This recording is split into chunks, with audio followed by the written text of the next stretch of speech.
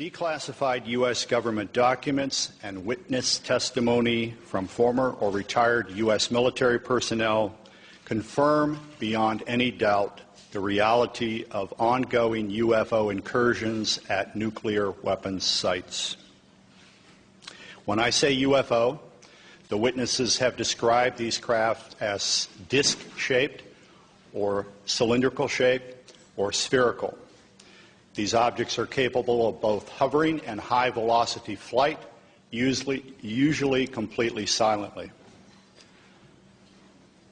Over the past 37 years, I have personally located and interviewed more than 120 of these former or retired military personnel, all of whom report UFO incidents at one or more of the following locations: nuclear missile sites, nuclear weapons storage areas, and nuclear weapons test sites in Nevada and the Pacific during the era of atomic atmospheric testing. I believe, these gentlemen believe, that this planet is being visited by beings from another world who, for whatever reason, have taken an interest in the nuclear arms race which began at the end of World War II. Regarding the missile shutdown incidents, my opinion, their opinion, is that whoever are aboard these craft are sending a signal to both Washington and Moscow, among others, that we are playing with fire, that the possession and threatened use of nuclear weapons potentially threatens the human race and the integrity of the planetary environment. Good afternoon. My name is Robert Salas. In 1967, I was a first lieutenant stationed at Malmstrom Air Force Base, Montana.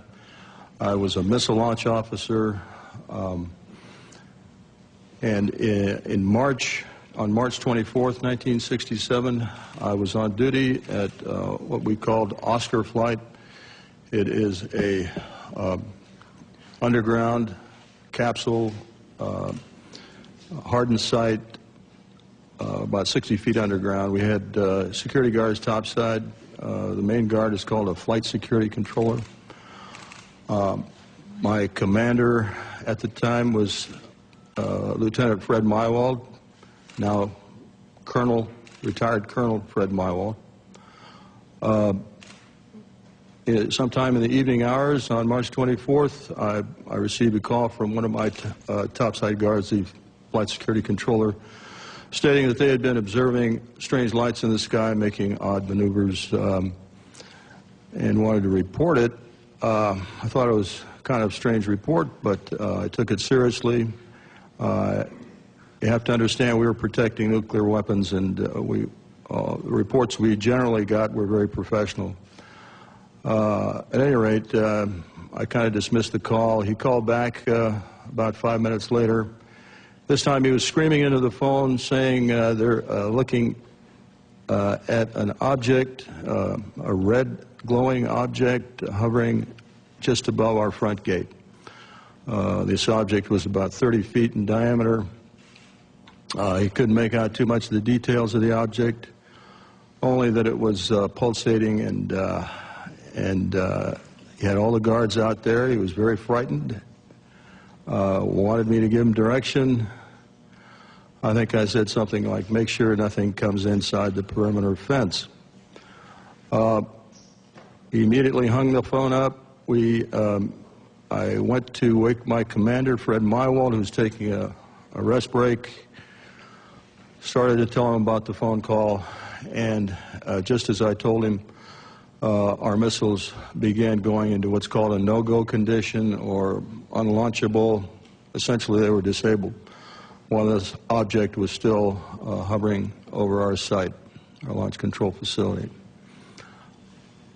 At that point, we went through our procedures. He reported back to the command post the incident.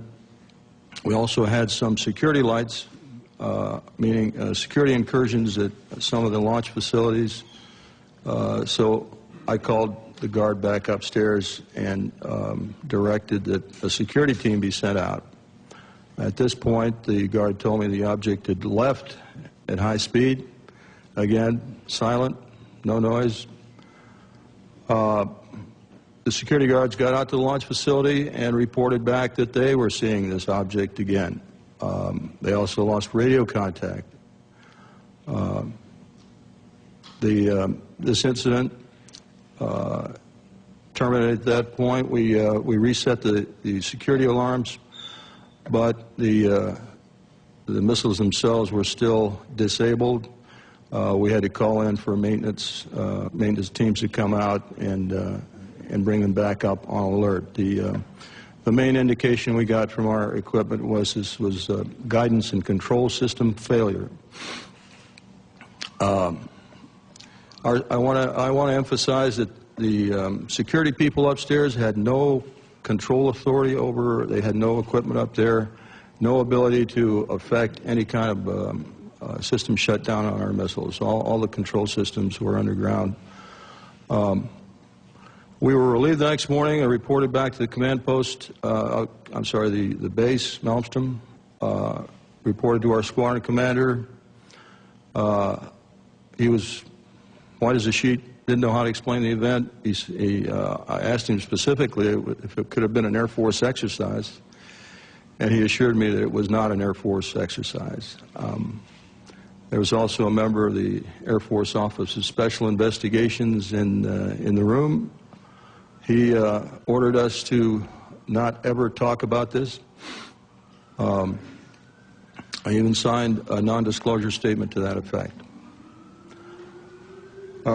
This was, and I didn't talk about it, until 1994. I was able to come across a little paragraph in a book called Above Top Secret by Timothy Good. And on page 301 of that book, there's a short paragraph about missiles being shut down while UFOs were overhead. At that point, with the help of Mr. James Klotz, my investigator, we requested the Air Force to send us documents about this shutdown, not mentioning the word UFO. We did get the Air Force to declassify what we'll call the Echo Flight incident.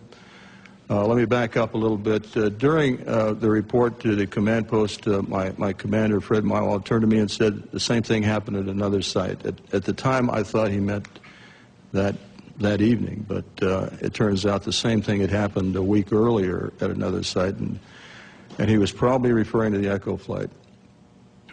At any rate,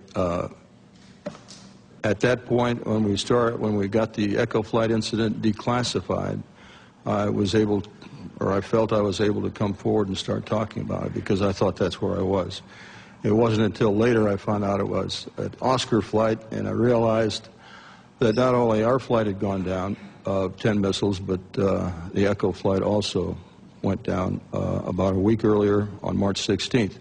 We have extensive documentation on the Echo Flight incident that we received from the Air Force under Freedom of Information Act. We have the testimony of Walt Fiegel, who was the deputy missile crew commander at Echo Flight. I have a couple of letters from the commander, Eric Carlson. Colonel Mywald gave me a telephone interview about this in 1996, and I've got that on tape, and he's given me permission to use that. So we've got audio recordings of some of these witnesses. We've got written statements. We've got documentation from the Air Force. All of this supporting what I just told you.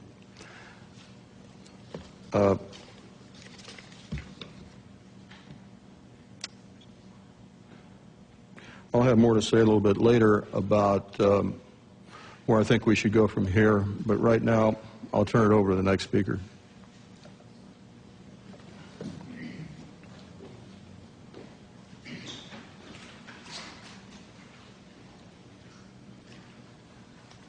Good afternoon. My name is Dwayne Arneson. I'm going to give kind of an adjunct testimony to what Bob has already spoken about. After graduating from college with degrees in physics and math, I entered the Air Force, got a commission, and served 26 years as a communication electronics officer in positions all over the world, including Vietnam. My highest clearance held was top secret crypto special compartment information talent keyhole. For those that know clearances, you got to be almost squeaky clean to get that. Back in 1967, I was officer in charge of the communications center at the 28th Air Division in Great Falls, Montana. I was also the crypto custodian. I was a top secret control officer for the division, and I passed out nuclear launch authenticators. In March of that particular year, I can clearly recall a message coming through my communications center which basically said what Bob has already talked about, that a UFO did in fact shut down several missile silos in Montana. Not being a missile type, I didn't know Oscar flight from Echo flight, so I couldn't relate to any of those details. But the fact was that missiles were shut down by them. Later on, in the mid-70s, about 1975, I was commander of a radar site in Maine, which was adjacent to Loring Air Force Base. Periodically, my security cop and I met with the SAC security police. And on two occasions that I can recall distinctly, they told us that UFOs were seen over the nuclear weapons storage areas at Loring Air Force Base, which was a SAC bomber base, as some of you may well know. I don't know what the details were. I don't know if any nukes were damaged or deactivated. I never saw a report on that, so I really can't say. That is history. After retiring from the Air Force, I went to work for Boeing as a computer systems analyst. Bob didn't mention this, but one of my first supervisors at Boeing was Robert Kaminsky. He has since passed away. He was the engineer selected by Boeing to go out and investigate the UFOs, the missiles that were shut down. He living close by where I lived in Washington State. We got together frequently on Saturday to discuss UFOs and other topics. And he says, Arnie, those things were perfectly clean, and they did not go down by themselves. He then went on to say that halfway through the investigation, the Air Force sent Boeing a message which said, stop the investigation and do not, repeat, do not send us a report. He told me that personally on 2 or 3 different occasions, and no hesitation at all. In conclusion, I've studied UFOs for over 60 years, believe it or not, and I am convinced that somebody out there is trying to send us a message. If I knew who they were, I probably would not be here. Thanks for your time.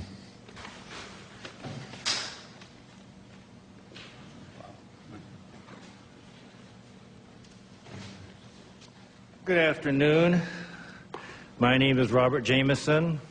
Between January 1965 and October of 1967, I was stationed at Malmstrom Air Force Base as a combat missile targeting team commander. Our main job was to point the missiles in the right direction. Also, we may be dispatched from time to time to a restart. In case any missile goes off alert, we have to restart and verify the targeting data.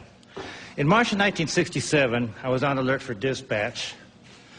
And that evening, I got a call from Job Control saying, a missile going down in Oscar flight, go out and restart it, which was nothing unusual up to this point. I called my team, then I went down into the hangar. As soon as I got to the hangar, some acquaintances of mine approached me and says, Bob, do you know what happened? No, I don't know what happened. And he says, well, a missile, a UFO, was sighted over Lewistown, Montana, actually over Roy, Montana. Lewistown's the nearest town of any significance. But over the Roy, Montana, which is the center of Oscar flight. And when that UFO, at the same time that UFO was over there, all of Oscar flight went down.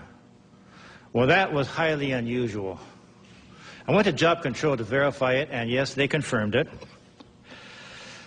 And I was looking at the status board they have, where they have a map of the whole wing.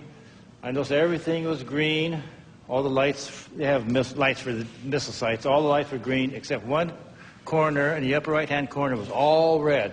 All of Oscar flight was down. I mentioned to them that doesn't happen He says, well, it happened once before, about a week before. A UFO was sighted over Echo Flight. About the same time, all missiles in Echo Flight went down. He says, other than that and this is it.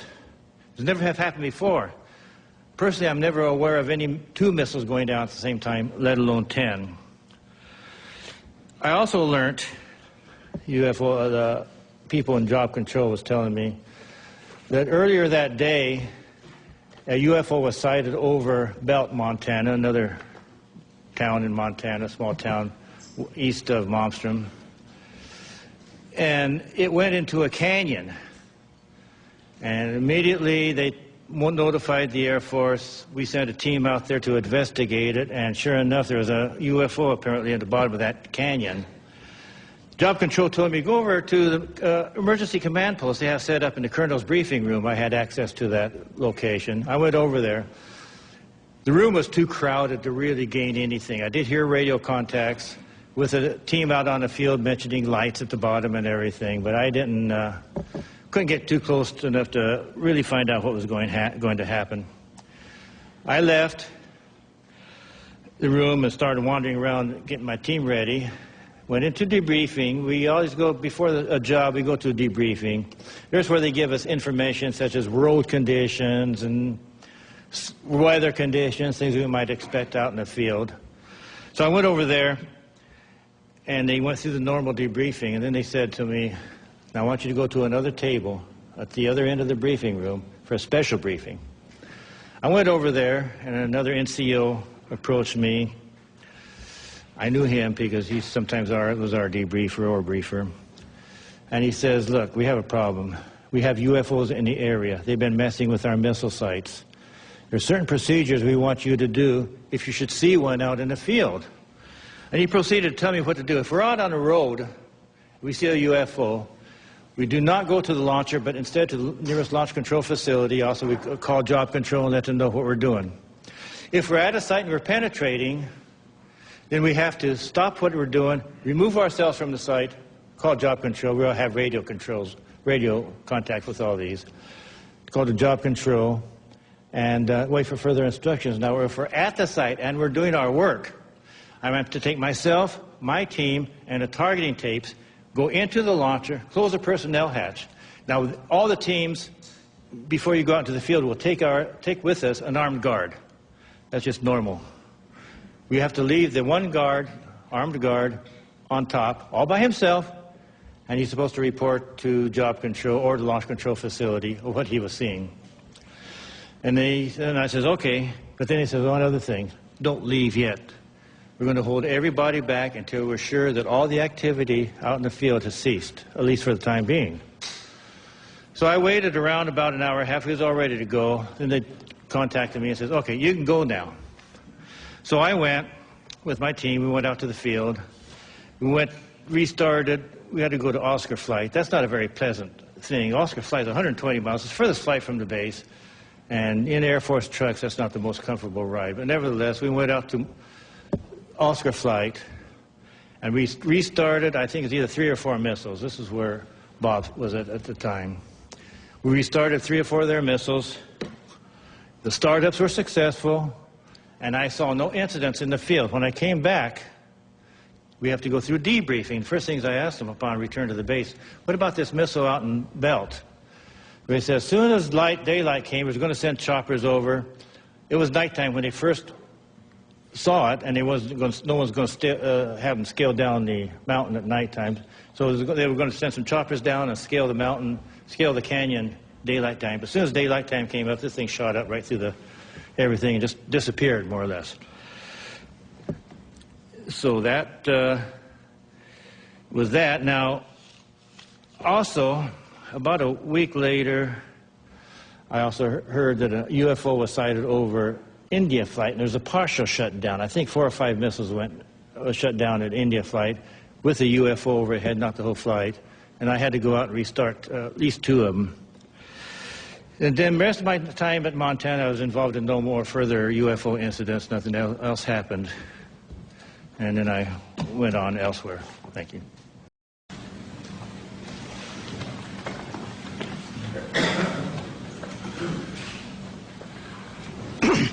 Good afternoon. My name is Charles I. Halt. I retired from the U.S. Air Force in 1991 as a colonel. During my military career, I was base commander of 2 large installations, and at the time of my retirement, I was in the Department of Defense Inspector General's office with total inspection oversight of all services and all service agencies. In 1980, I was reassigned from the Pentagon to RAF Bentwaters as a deputy base commander. At that time, Bentwaters was one of the largest tactical fighter wings in the world. We had the 2 base complexes, Woodbridge and Bentwaters in England, and 4 FOLs in Germany, and 2 additional standby bases.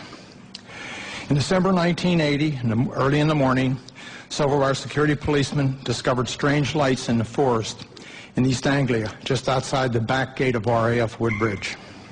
3 patrolmen, Sergeant Peniston, Airman Burroughs, and Airman Cabanasac, actually were dispatched into the forest and approached a craft. They reported it being triangular, approximately 3 meters on a side, dark metallic in appearance with strange markings.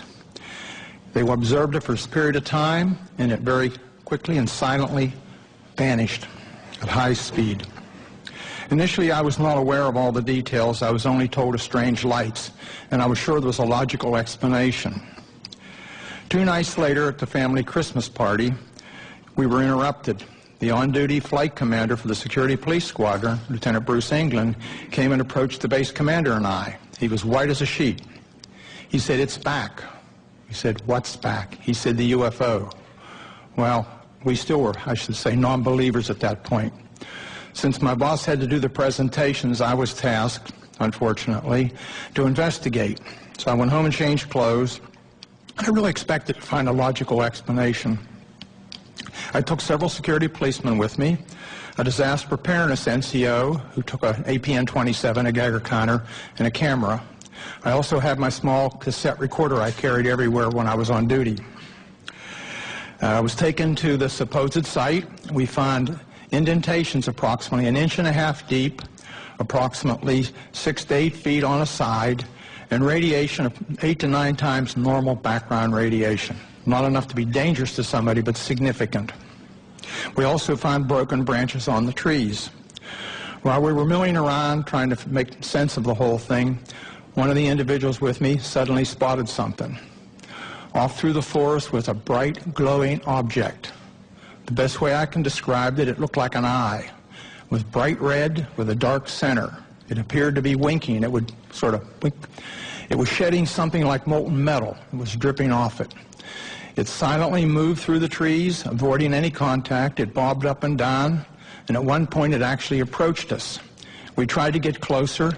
It receded out into the field, beyond the forest, and silently exploded into 5 white objects. Gone. So we went out into the field looking for any evidence, because something had apparently been falling off it, and we found nothing. But while we were searching around in the field, one of the people with me noticed some objects in the sky to the north. There were 3 or 4 objects in the north, brightly colored, changing from elliptical to round, and moving at very high speed and sharp angular movements as though they were doing a grid search. While we were watching them, somebody else noticed to the south there were 2 objects just sort of hovering in the sky. One object approached us at very high speed, best guess is 3,000 to 5,000 feet, somewhere in that neighborhood, stopped directly overhead and sent down a concentrated beam at our feet. It was about 1 foot in diameter. The best way I can equate it is sort of a laser beam. We stood there in awe. Was this a warning? Was this an attempt to communicate? Was this a weapon or just a probe? Just as suddenly as it appeared, click, it disappeared. We stood there, really concerned. About that time, we noticed the other object to the south was sending down beams, about a mile, mile and a half away over Woodbridge Base. We had 3 different radios with us, the police radio, the security police radio, and I had the command net. All 3 radios were functional, and we were talking to control centers. They were constantly breaking up, and we had great difficulties communicating, but we were able to discern that on the police and security net that some of those beams were either falling into or near the weapons storage area, and there's a great deal of concern. It really bothered me at the time. Every time something of significance happened that night, I kind of clicked on my little tape recorder and recorded it so I'd have a record of it for the next day. Unbeknownst to me, a copy of that was released by one of my coworkers several years later, and hence there was a lot of publicity. My superiors at the time were informed what happened. I briefed my boss. I played the tape for him. He listened intently. He was aware of the incident because he was monitoring the night before on the radio. He and several others were. He took the tape to the 3rd Air Force staff meeting the following Wednesday. 3rd Air Force was the Air Force headquarters at that time in England. Played it for General Baisley, the commander and staff. They all sat silently. The decision was, it happened off the base, so it's a British affair. In other words, they were loath to get involved. So my boss came back and threw me the tape recorder, and I said, well, what do we do, boss? He said, get with Squadron Leader Moreland, who was the British liaison officer, and do a report. It's their problem, not ours. Gosh, here I am kind of caught in the middle, and I'm the junior guy here. Whoa, why did I ever get involved? Well, Squadron Leader Moreland was on vacation in Wales at the time. He came back, and he was quite upset that he was in the middle of the thing, too. So he said, well, write a memo. So I wrote a, I shall call it, cleaned up memo, just kind of unexplained lights, just to kind of tickle their, get them to come out and investigate and look into the thing. Well, I gave it to Moreland, and unbeknownst to me, Moreland sent a copy to his superior, 3rd Air Force. I didn't know that at the time. The copy to MOD was apparently buried in the files. Days turned into weeks, and weeks turned into months, and I almost forgot about the incident, to be honest with you. Gave up. Several years later, one of my coworkers was playing a copy of my tape at cocktail parties and caught somebody's ear. Somebody started asking questions, and he said, oh, Holt wrote a memo. The next thing we know, there was a Freedom of Information request came into Bentwaters. Of course, there was no official copy. We didn't have word processors in those days. We used typing manifolds in the old typewriters. We were just transitioning. And the only copy was an onion skin that I had in my desk. So my boss went back and said, there's no official record of it. Well, somebody else found out the 3rd Air Force had a copy. Well, Pete Bent, a good personal friend of mine, was the acting 3rd Air Force commander, called me and he said, hey, Chuck, I've got a copy of this memo. We're going to have to release it. I said, please, burn it. Your life and mine will never be the same. You and I don't need this. Well, need I say more? The tape came out, unbeknownst to me. The memo came out, and a lot of publicity. But the event certainly happened. Now, some things have happened since then. I was very innocent at the time and believed what I was told. I asked the OSI if they had an interest, and I was told, oh, no, not at all. Wrong. I found out later that the airmen were, how shall I say, pretty harshly interrogated that were involved. I have never been debriefed. I also found out later that the tower operator, both the tower operators at Bentwaters saw an object and picked it up on their Bright 2 radar and watched it. I found out that the tower operator in the weapons storage area actually saw something, as did a comm man who was working there and saw it go down into the forest near us. And also several other people around the base saw it. It's kind of interesting. What did we see? I have no idea what we saw that night. I do know it was under intelligent control, and in my personal opinion, it was either from another dimension or extraterrestrial.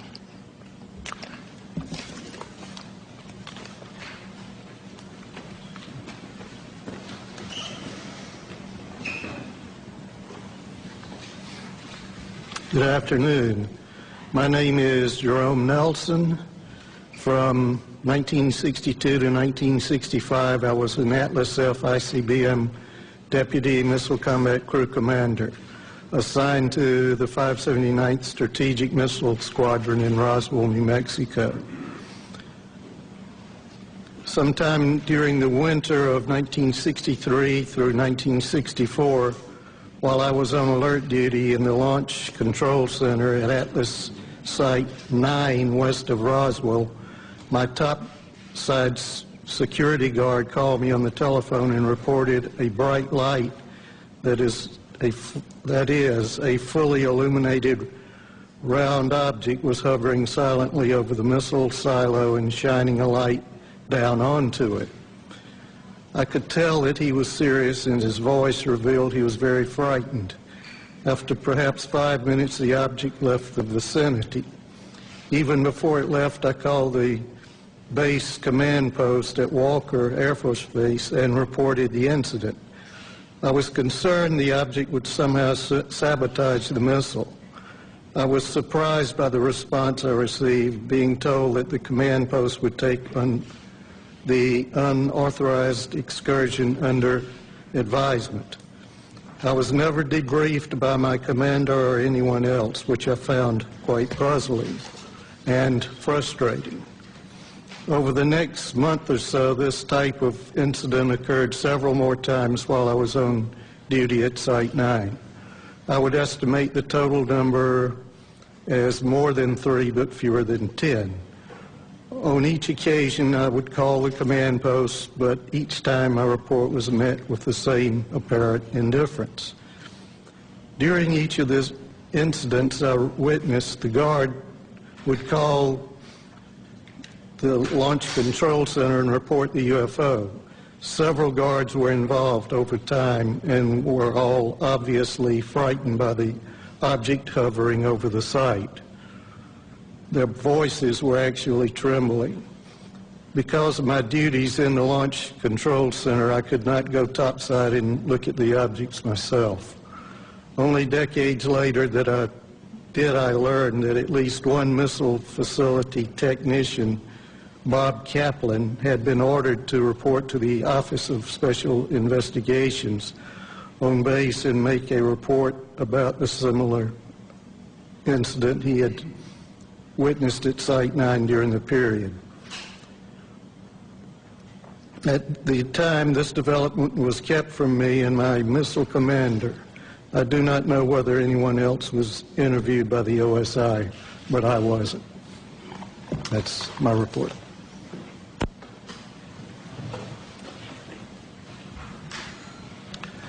Well, good afternoon, ladies and gentlemen. My name is Patrick McDonough, and I'm here today to relate an experience that happened to me in September of 1966. It's 44 years ago, but that experience was so significant, it was basically burned in my memory. I haven't forgotten about it at all. But I am getting older, and I did want to put this experience and relate it on the record. A little background on me: I had enlisted in the Air Force in Berkeley, California in the first week of November 1962. At the onset of the Cuban Missile Crisis, it was going. I felt patriotic. And up to that time, I had been studying engineering in college. I had 3 years of engineering. And the Air Force, considering my background, trained me to be a geodetic surveyor. And I was assigned to 1381st Geodetic Survey Squadron in Orlando, Florida. We basically, in 1965, we moved to Warren Air Force Base in Wyoming. On average, I would spend 9-10 months a year on temporary duty, surveying for latitude and longitude at our missile sites and aircraft bases for positioning missile and aircraft guidance systems. Basically, the squadron's mission was to provide precise geographical coordinates for a missile or an aircraft inertial guidance system, so that the missile or aircraft would know exactly precisely where it was at when it takes off, while the intelligence agencies would provide the targeting information. In early September of 1966, myself and 2 other airmen, Airman First Class Al Kramer and Airman Third Class Charlie Coates, we were temporarily assigned to Malmstrom Air Force Base, and were ordered to provide or perform the initial geodetic surveys for the last 50 missile sites there. There already was 150 Minuteman I sites, and we were putting in the last 50 for the wing. And basically, we were assigned to the Site Activation Task Force, they call SATAF. It was Boeing, really, the prime contractor. We were given a government truck, no radio, anything in it. I was the chief of party. I was the observer on our small 3-man team. Al was the recorder. Charlie was, we were trying to train him both in observing and recording. We normally would arrive at a missile site at about in early evening. We'd set up our instruments, and basically what I was doing was the star observation to provide precise latitude and longitude. On the night of this incident that happened, we were completing a series of what we call celestial astro-azimuth observations southeast of Conrad. And I was doing the observing, Al was recording, and Charlie was assisting Al with the chronometer on the time hacks as I tipped on Polaris.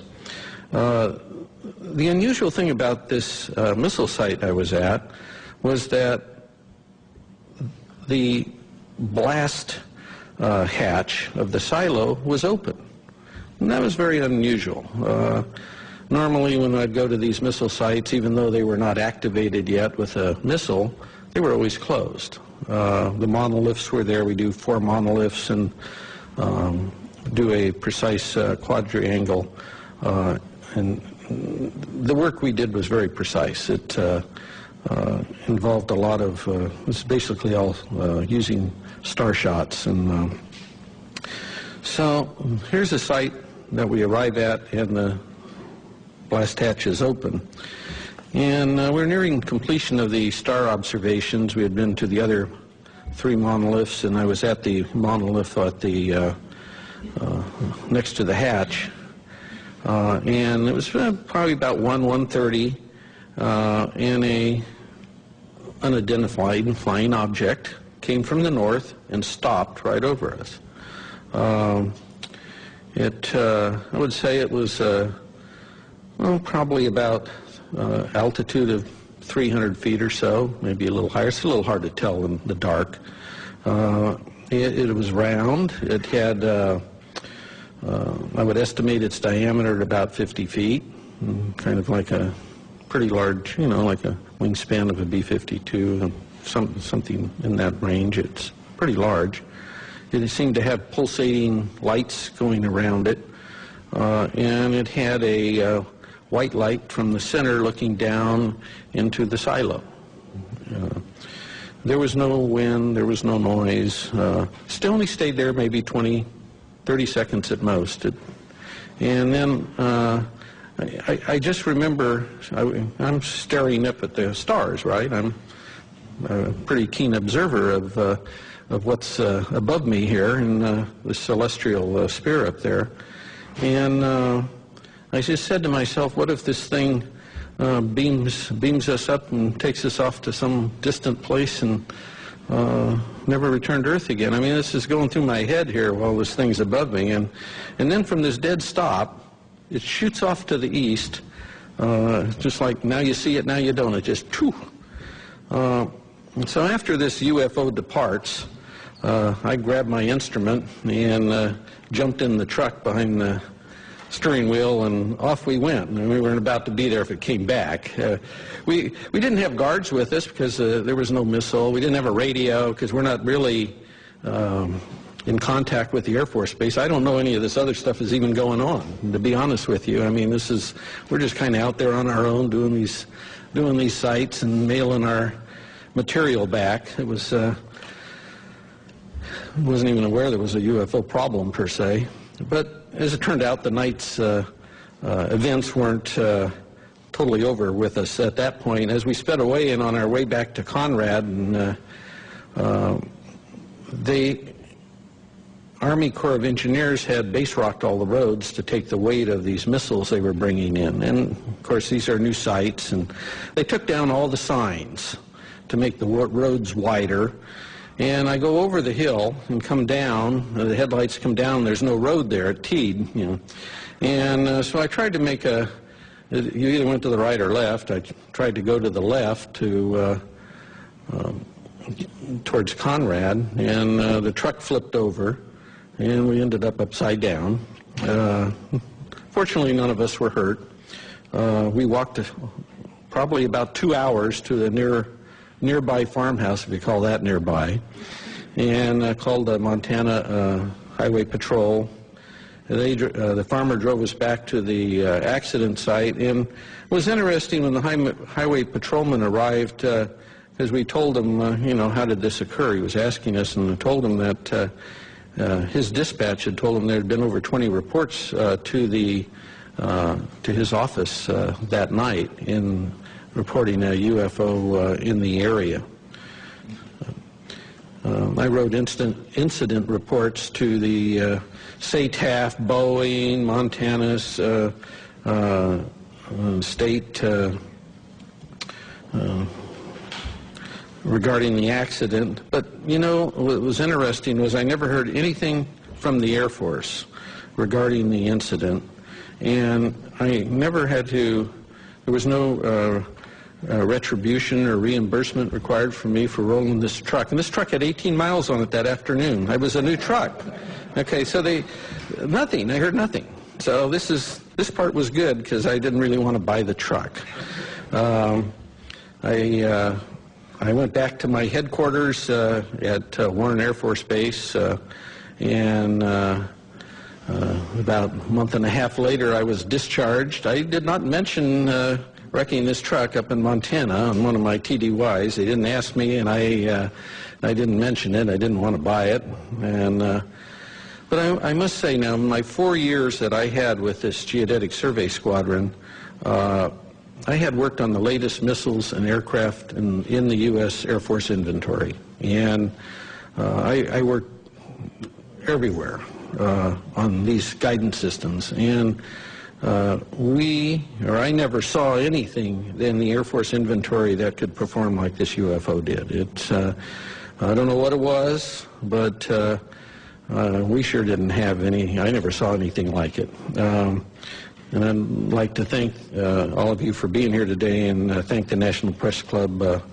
Hopefully someday we'll know in the near future that the government will perhaps release any information they have on UFOs. Thank you very much.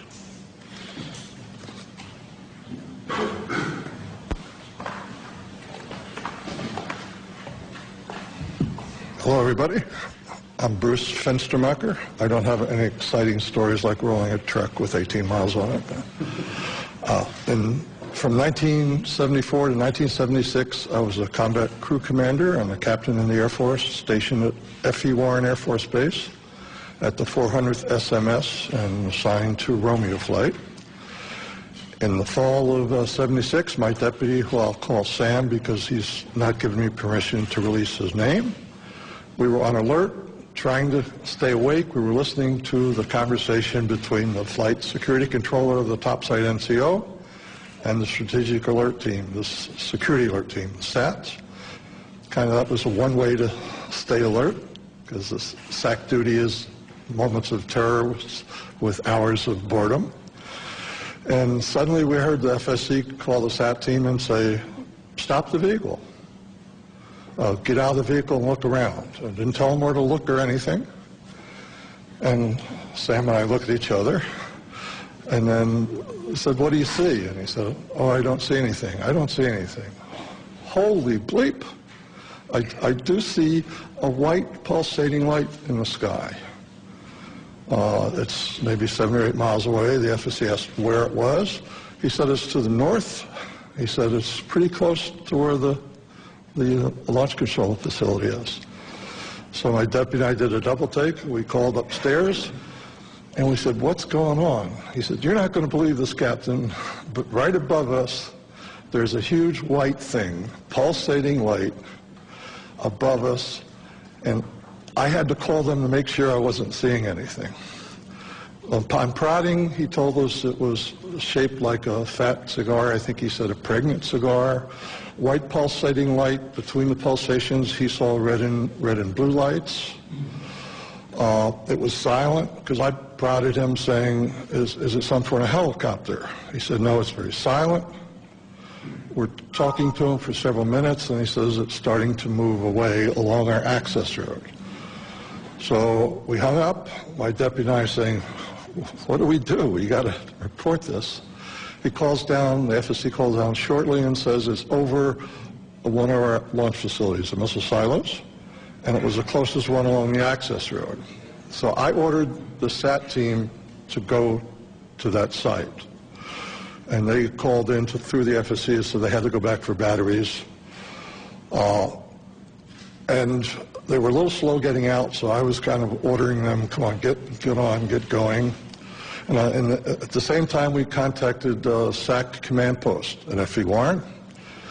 And the NCO answered, and we told him the story, and he laughed and said, when it eats the SAT team, call me back. So the SAT team never got to that LF. It silently moved again to another launch facility. We called the SAT team 3 or 4 times. I'm sorry, we called command post 3 or 4 times. The last time, and we got the same nonchalant attitude. The last time I said, are you logging this? And they said no. So I said, give me the officer in charge. And he said, well, he's busy. I said, well, either give me the officer in charge or I'm going to wake up the base commander, the squadron commander, because there's something going on, something's messing with my LFs. They were mine for that period. So the officer came on, and I said, you need to log this or I'll wake everybody up. He said he would. He called us, his NCO, a different NCO called us back a few minutes later, took the log of what had happened in a timely sequence. So it went to another LF. The SAT team had to come back for gas. Then it said it had car trouble. It could only go 5 miles an hour. So long story short, after several, about an hour and a half, the flight security controller said he could see it over another launch facility still down the road. And then he said it suddenly and silently just went away up to a star size and then disappeared. So that was it. It was an exciting rest of the tour. The next day we were relieved by another crew to go back home. And I went upstairs, and the FSC is lying like in a chair in almost a fetal position. And I talked to him, and he was scared. He said, I can't sleep. I can't get that thing out of my mind. And I said, what the heck was with the SAT team? He said, both my deputy and I were prior service, so we got along well with the enlisted guys. So he said, if you promise not to tell anybody, they told me they were not going to go to any LF with that thing over it. No direct orders, no nothing, and in fact, they never left the launch control facility. We picked up the Quebec team on the way back, the Quebec crew, because Quebec was on the way to Romeo, and SAC liked to save a little gas, so we road share. And they told us that earlier that evening, they had the same sort of thing flying over several of their launch facilities. And I said, what happened? You reported it. And they said, are you crazy? We didn't report it. We're not going to report it. I said, well, I did. He said, well, if you tell them about us, we're going to say it never happened. So we went back home. I reported to my squadron commander. The next few, we always have departure meetings when you go out for alert. The next several departure meetings, we had an unusual visitor. We had an officer in a uniform telling us that you may have heard rumors about this. It didn't happen. It's top secret. And I wanted to stand up and say, which is it? Didn't it happen, or is it top secret? So that's my event. I think Mr. Salas could back.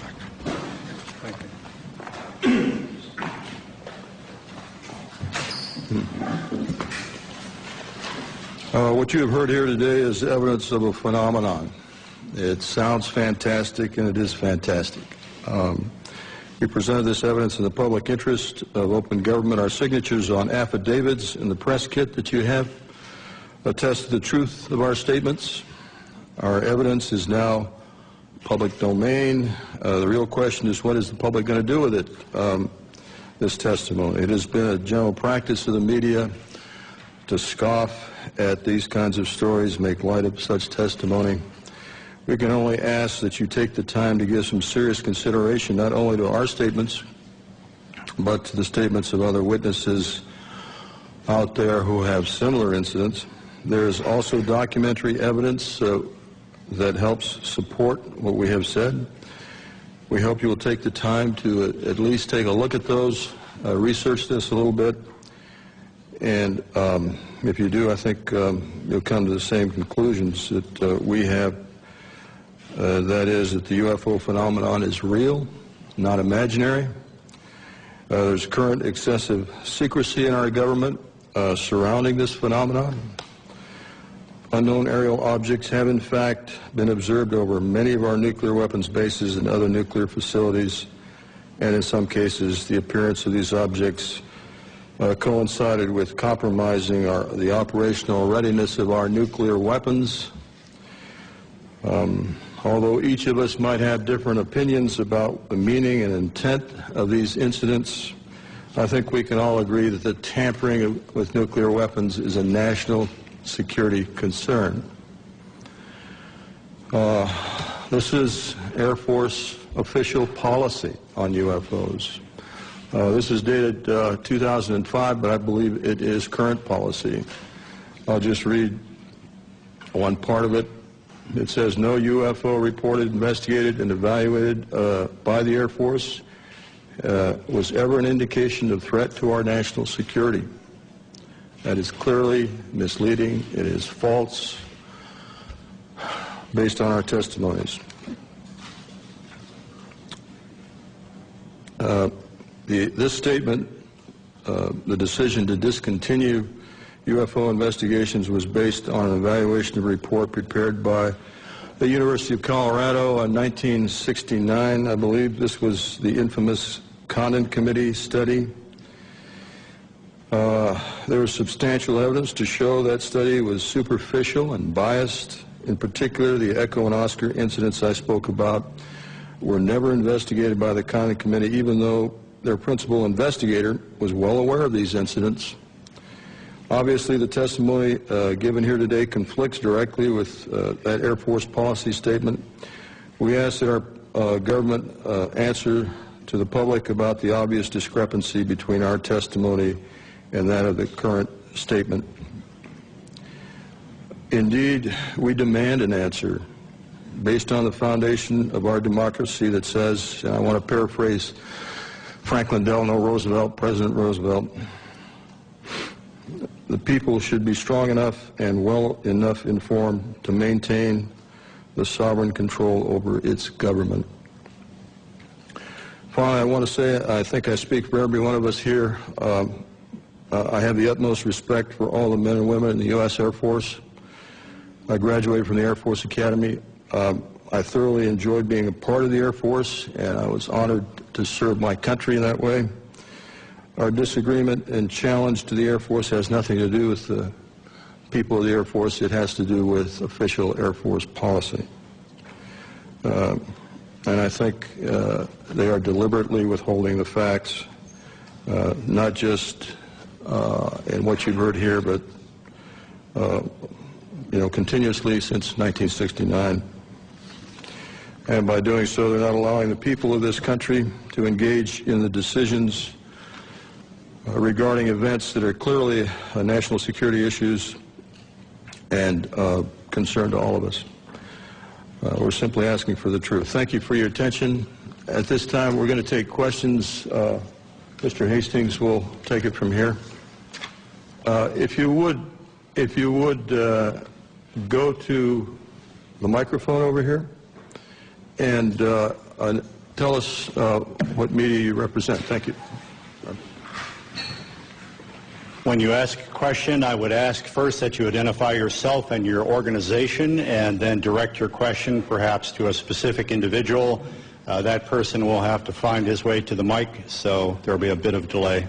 Yes. Pat McCune, the Daily Trojan, University of Southern California. We just did a big event here, and LucasArts, Mr. George Lucas himself. I wanted to commend all of you. You guys are soft-spoken, but you carry a big stick, and that's exactly the way to approach this issue. I remember when UFOs first got going, it was like a laughing matter until they started revealing themselves in the deserts, Arizona, Colorado, and so forth and so on. I'm standing up here not only because if I'm a resource to anybody, if LucasArts is, please let me know, and I'm glad to do whatever I can to help you.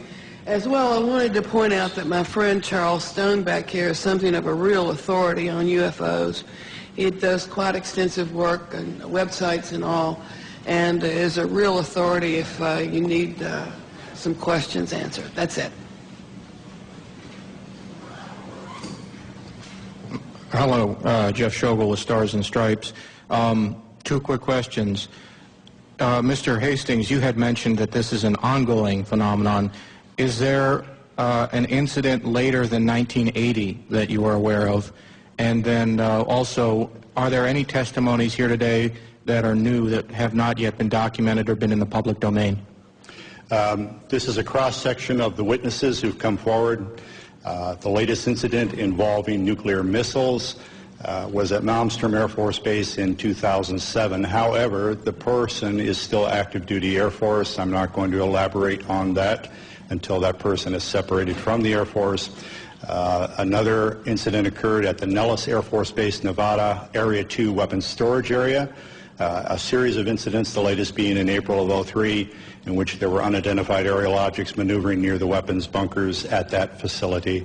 More recently, civilian sighting reports in Orange County, California, at the Seal Beach Naval Weapons Station, a series of bunkers, again, containing nuclear weapons. There were local media reports of multiple sightings in March of 2009 near this weapons storage facility. This is ongoing. This is the tip of the iceberg.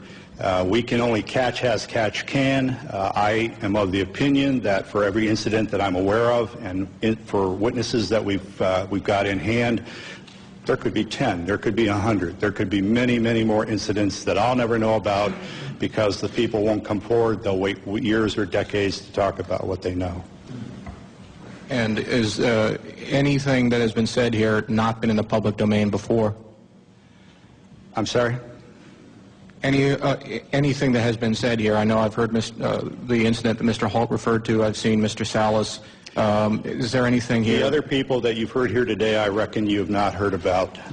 The testimony of the majority of these people have not hit the national airwaves, so to speak, or the national media. There have been websites, I've written articles and so on, but the majority of these witnesses have not received national or international exposure. I think if we could maybe limit one question per person so we can get everybody accommodated. Yes. Gentlemen, Stephen Smith, KSHE Radio, St. Louis. I commend you all for being here. What an incredible panel. And Robert, you and I have always spoken over the phone. I'm still editing the book. I was at Naval Headquarters in Communications during the Carter administration. And I can affirm what you're all saying. This phenomena is incredibly real. And one day, a gentleman came into our comm station, came up to me, I had never seen him before in my life, and said, "Do you know that we have aliens on ice?" And I was just taken back and speechless. I didn't pursue with any questioning. And he turned around and walked away and walked out. I have been a contactee twice in my life, both times in Santa Monica, California, one in 1986, one in 1997. Incredible experiences that I won't go into detail right now. But I just want to say, bravo, gentlemen. Thank you. Spencer Ackerman with Wired. Mr. Hastings, could you elaborate on why you've speculated that the unidentified flying objects that all of you have described possessed the agenda of trying to tell us to turn away from our path of use of nuclear weapons? Are there other potential explanations that you've considered and found less plausible? Is there a possible offensive threat to the world from these UFOs? As I said in my introductory remarks, that's speculative on my part. However, given the available evidence, that is a plausible scenario. We can clearly say, based on radar data, which are empirical, not anecdotal, that these objects have been tracked since the early 1950s, if not earlier, traveling up to 7,000 miles per hour, making right-angle turns at high rates of speed, instantaneously hovering, reversing course. If we or the Russians or any country on earth had those kinds of craft in the early 50s, why have we spent the last several decades developing fixed-wing aircraft of far inferior abilities? These are clearly, in my view, a technology from somewhere else piloted by beings from obviously another world or another dimension. Moreover, the fact that missiles have been tampered with here and in the former Soviet Union, and on one occasion in each country about which I am aware actually activated, I think we can rule out that these are the Americans attempting to start World War III or the Russians attempting to start World War III. Again, the technology involved is so superior, and we cannot conceive of a logical scenario whereby either of our countries would attempt to activate nuclear missiles for any reason under the sun. Now, our opinion is that whoever these beings are, they are indeed attempting to send a signal that we are playing with fire, that we are gambling with the human race's future. There are other possible scenarios. I have half-jokingly said from time to time, maybe they're planning to invade Earth and they don't want to inherit a radioactive environment when they do. Now, I don't believe that's what's going on by any means. I don't think humankind is in jeopardy from whoever they are and what their intentions are, except we will have our minds expanded. There will be a paradigm shift.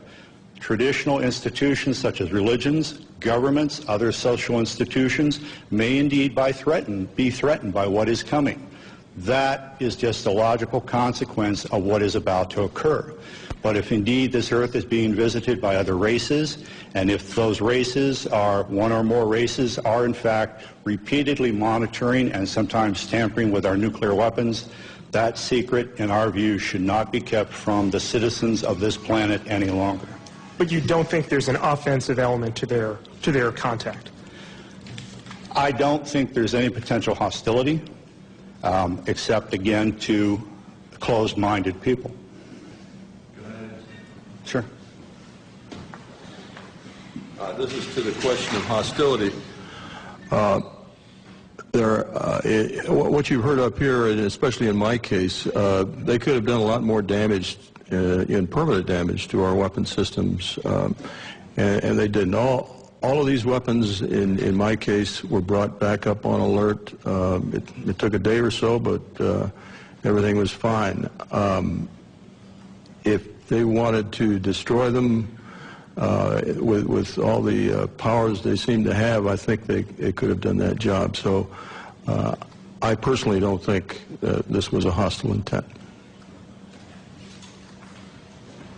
Hi, I'm Charles Stone with the Tiger News Service. I didn't ask my friend to come up and make that statement for me, but appreciate your patience. I've published internationally in the history of weapons of mass destruction, including going back to the 1940s, and these incidents go back to at least that period of time, that U.S. government military facilities that were doing high-tech development in that period of time also reportedly at least had UFO visitors of various types, and that there is archaeological evidence that there have been what we would call that there's evidence of what was almost certainly atomic warfare in ancient history, at least twice, and also that I'd like to mention that one of our biggest and most powerful government agencies was founded in part to monitor UFO activities. That was the National Security Agency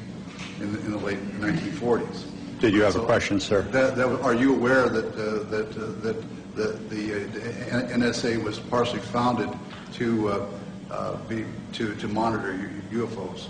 I've heard rumors to that effect, and also the Central Intelligence Agency. In my view, those rumors aren't supported by any authoritative documentation at this point. I would not be surprised at the same time if that were ultimately proved true by historians, but that's as far as I think we can take it at this point. Right.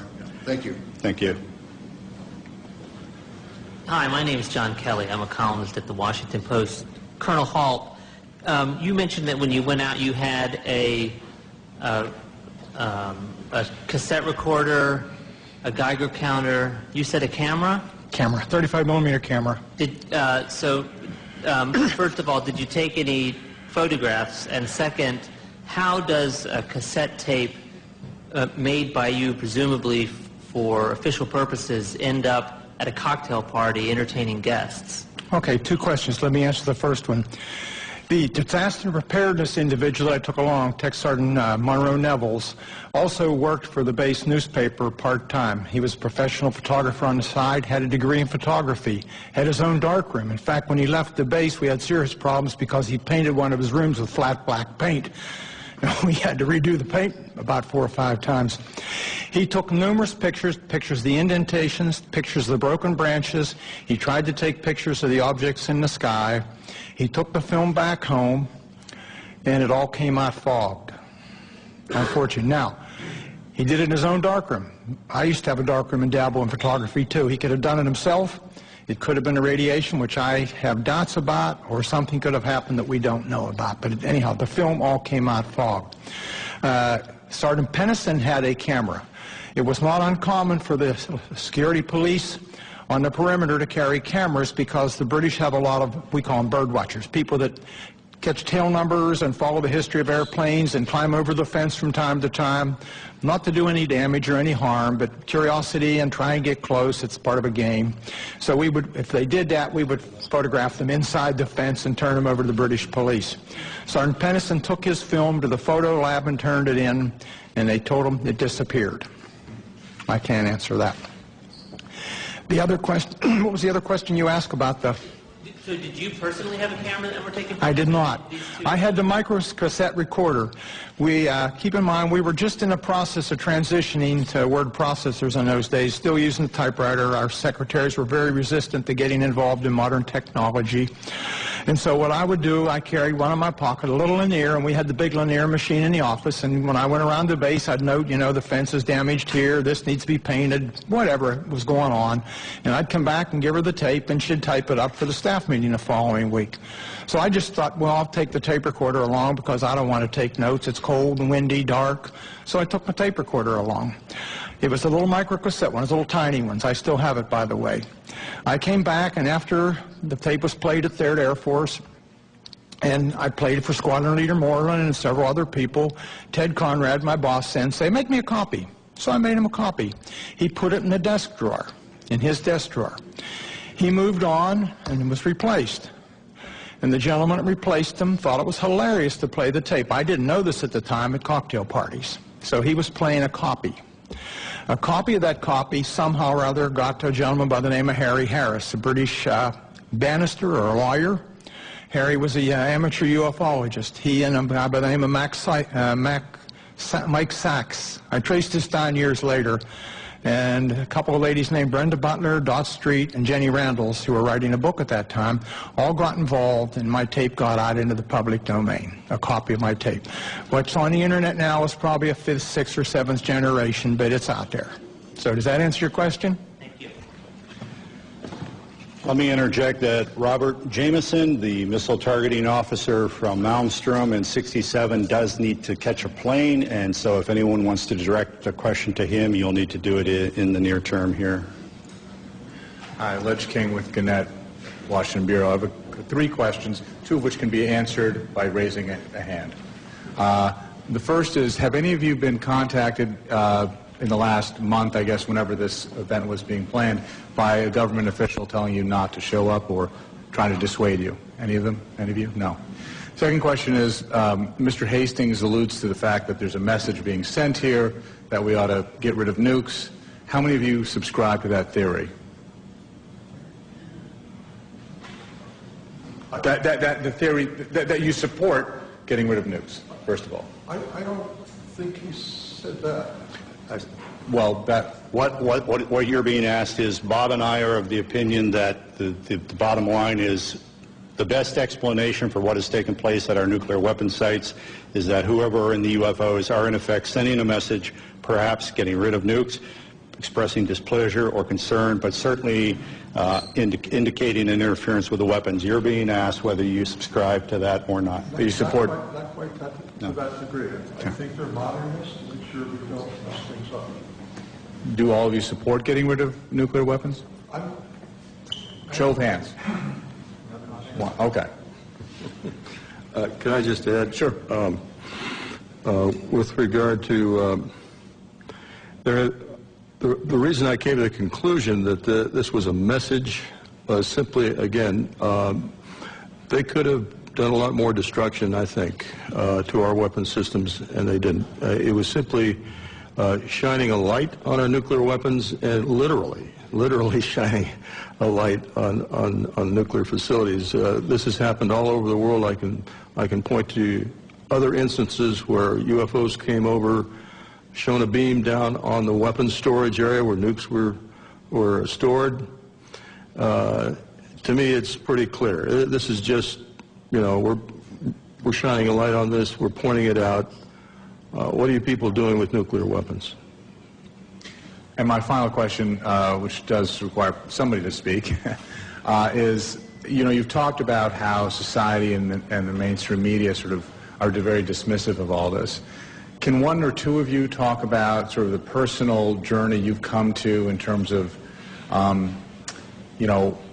approaching family or friends or others about this when people may think it's kooky to talk about this? Can one or two of you talk about how, was it difficult? How difficult was it? That sort of thing. Thank you. Well, as a person who is very, very skeptical about this, what I call UFO nonsense, when that happened that night and I thought through the process of what the logical explanations are, after that I was very careful about who I told what, because some of my friends, when I started on this, just laughed. So I got ridiculed. I was used to the ridicule from the Air Force, except for the dual standard. We're going to ridicule, but it's secret and don't talk about. And coming out was my... I came out a little bit. I talked to Robert. I gave him a little bit of the story. I didn't want my name to come out. I was concerned. I don't want to be considered a kook. I don't want to, because I consider, not so many anymore, but I consider some of the extremists a bit kooky. But I think it's more important that we come out and tell our story rationally and see that we aren't kooks, and this is what happened, and make your own judgment. But one of my concerns is that you all think I'm a kook, and I'm old enough that I don't really care that much because it happened. So is that okay? How old are you? 68. Going on 95. I would briefly add to that I made a decision decades ago that no matter who laughed at me or threw things at me, I would speak what I knew to be the facts. The world is filled with self-appointed UFO experts, persons who have all the answers, even though they've studied none of the facts. The scientific community is chock full of those folks. Journalism, frankly, is chock full of those folks. We're presenting credible witnesses for open minds, people who have an objective sense of their duty to inform the American public about the reality of the situation. We're providing you not only these witnesses, but many other witnesses who can testify as to the reality of all of this, and you may draw your own conclusions. I'm Lisa Fan from Epoch Times newspaper. My question is towards Mr. Arneson. You mentioned someone over there trying to send us a message. I wonder what kind of a message. Do those aliens consider our Earth people have a threat to them, or they just try to defend, or they try to come here to occupy, take over Earth? What kind of a message do you think? If I knew that answer, I wouldn't be here. I really don't know. But they're trying to tell us something without a question. Whether it's don't go much further, get rid of the things, I don't have any idea. Are they from the extraterrestrial? Who knows? Are they from other dimensions? Who knows? Are they from underneath the Earth? Who knows? Your guess is as good as mine, and I can't answer that question. Anything else? The government are trying to conceal this information, the fact actually, for all those years. Do you think this will do good for the society's stability, or is it kind of prevent for some advance or further research for our society? That's a big one. We have been lied to for so many decades about the truth of the matter, and I think we need to have more openness in society as far as what these things are.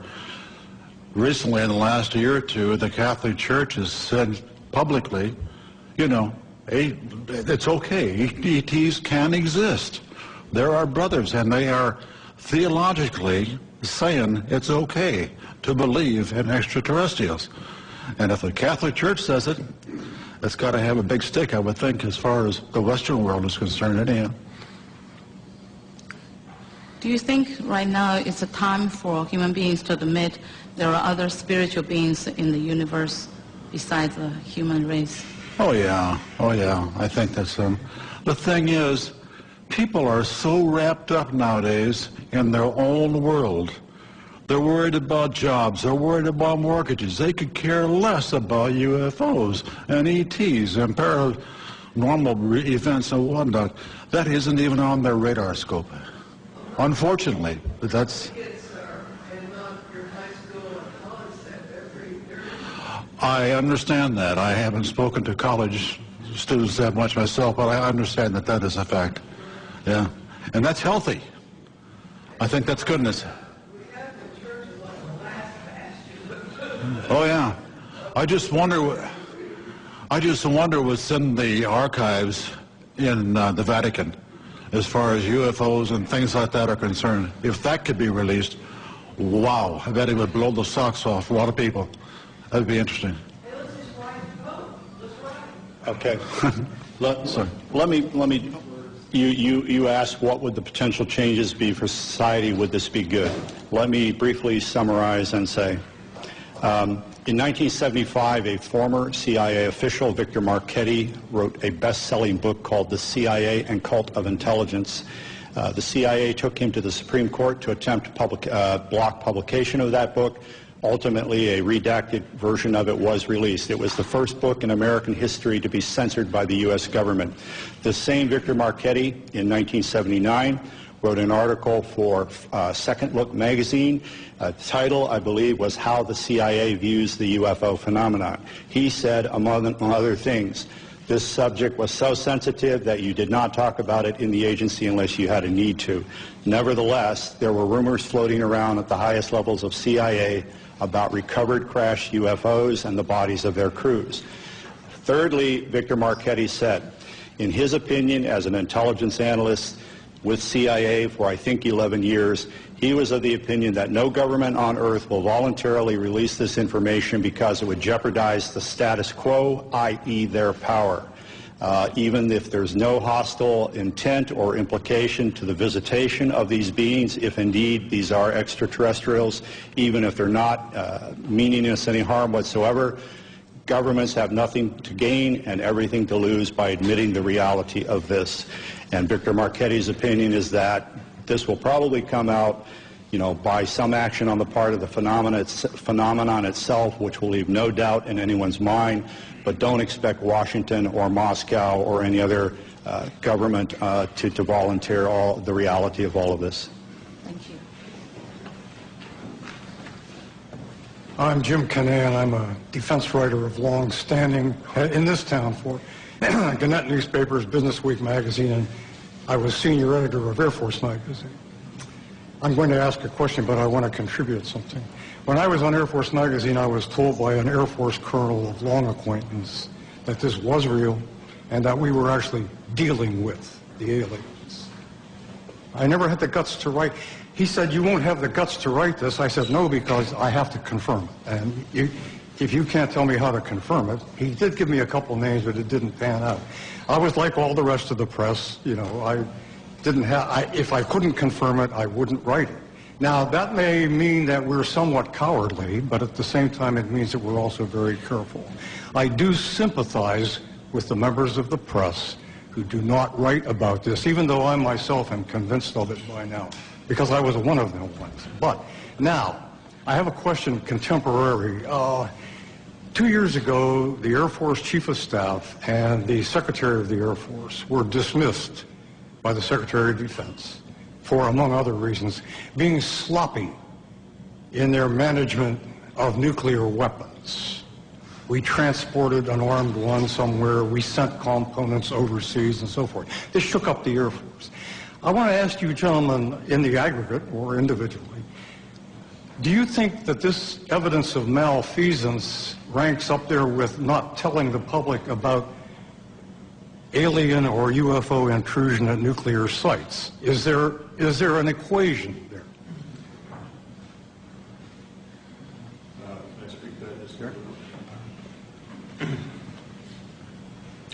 I don't know about ranking, but it points out the dangers of nuclear weapons. The fact that these accidents have occurred, serious accidents with nuclear weapons, and it just points out how dangerous it is that we have them. I don't know how to compare that with the cover-up. I'd have done an analysis of the cover-up, and I'd be glad to give it to any of you guys that are interested. But I think it's related in the fact that the cover-up of the fact that the UFOs did intercede with our nuclear weapons is extremely important. May I add something? This Air Force colonel who talked to me about all this, he did so in result of my questioning about it after a Japan Airlines freighter over Alaska was trailed by a UFO in 1987. I called all over, Elmendorf, FAA, the Pentagon. And then I was approached by this colonel whom I had known, who said, I understand you are interested in UFOs. And I said, yeah, you know. Well, I have something to tell you. And since he had known me a long time, that's why he got into this. It had no great enterprise on my part, and I still don't know what to believe. But would you comment on... He also said, though, that we have a lot of misconceptions about what they are here for. He said they basically don't give a damn. They don't care what we do. They're here for their own purposes. And that any notion that they should land and say, take us to your leader, boggles the imagination because they don't care about that kind of thing. And I said, well, do you have any idea why they are here? He said, no. And he didn't think anybody else in the Air Force or anywhere else did either. How does that... Let me interject. Regarding the November 87 radar tracking incident that you alluded to, right, and in recent years, you may know that the number 5 guy in the echelon at FAA, John Callahan, right, has gone public and said that shortly after that happened, CIA agent, 2 agents, I believe, and some other government types convened a meeting at FAA headquarters and said we want all the radar tapes, all the voice tapes, and this never happened. I wasn't here. John Callahan said, how come we can't tell the people about this? According to this FAA administrator, the CIA agent said the people would panic, the public would panic. John Callahan, to his immense credit, kept some of the data down in his office. The CIA agent said, give me all of this. He gave him everything that was on the table, didn't tell him about what was downstairs. And when he left the agency, John Callahan released that to the public. So CIA is still quite involved in all of this. Leslie Kane's great book includes that again. I think regarding... well, to follow up on the other part of your question about, what are they up to, why are they here, and so on, no one knows. Maybe the people at the CIA and the Pentagon and the Kremlin don't even know. However, these very simplistic scenarios of if they're real and they're here, why don't they land on the White House lawn? Well, if they're anthropologists and this is a classroom experiment, you don't interject yourself into the experiment, you observe. Or an alternate scenario, if this backwards planet is on the verge of a nuclear holocaust, maybe on a limited basis you intervene in a way that the Pentagon knows what's going on, the Kremlin knows what's going on, except for troublemakers like us, the public at large in neither country does not know what's going on. So in effect, you send a signal, in my opinion, to governments about nuclear weapons without alarming the general populace. The late Dr. J. Allen Hynek, who was a UFO skeptic, he worked for Project Blue Book for so many years, he eventually believed, I've been wrong, science has been wrong, these are real, and we should check into it. When asked why, the aliens, if that's who they are, do not visit us. He said, you know, a zoo is a nice place to visit, but you don't communicate with the lizards. So, you know, there's any number of plausible scenarios to explain why we have not had open contact. I am of the opinion that whoever they are have enough sense to know that if they interject themselves into our reality in one fell swoop, there could be very dire repercussions. Whereas, on the other hand, if they engage in an on-again, off-again cat-and-mouse behavior that allows a slow psychological conditioning of humankind to the reality and the presence of themselves, then when open contact, if that indeed is in the cards, occurs, there will be far less trauma. Thank you. I wasn't meaning to contest your point of view, by the way, merely pointing out what I had heard. It's all right. Michael Rank from Lancaster County. Al and I came down this afternoon, and we were talking about the fact that we are now able to combine human and non-human genetic materials by our medical sciences. And I don't know whether any of you have had a chance to read Professor Jacobs' book, The Threat. He's a tenured professor at Temple University, and he has been doing regression therapy with abductees for years, and he has quite a body of knowledge there. One of my reasons for asking this is, being an old district attorney, the definition of murder is the unlawful killing of another human being, but nowhere does it say, does it have to be 100% human? Can it be 1% human? I'm waiting for somebody to play that card. I'm out of the business now, but that might be fun. The other issue is the toadies in government who are following their orders to lose the files in Freedom of Information Acts, I think might take a totally different view as to their attempt to preserve their jobs if they realize that there might be an argument made that there's a First Amendment violation by suppressing the truth about these things that have been found and seen and so forth. The suppression works to favor certain religions versus other religions. Thank you. Anyone else? Thank you for coming. Again, all of us will be available for one-on-one interviews for some period of time. Thank you.